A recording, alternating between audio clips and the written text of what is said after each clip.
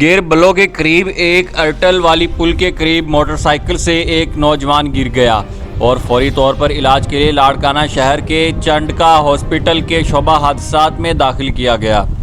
فوری طور پر علاج نہ ہونے پر 28 سالہ نوجوان سجاد بیٹا ضمیر جتوئی مہراب پور واسی فوت ہو گیا اور اس موقع پر مرحوم کے وارثین نے میڈیا کو بتایا کہ ہمارا نوجوان لڑکا موٹر سائیکل سے گر گیا اور ہم نے فوری طور پر اس کو لاڑکانہ شہر کے چنڈکا ہسپتال میں داخل کروایا اور ڈاکٹر اپنی منمانیوں میں لگے رہے۔ انہوں نے ہمارے لڑکے کا علاج نہ کیا جس کی وجہ سے نوجوان دم توڑ گیا۔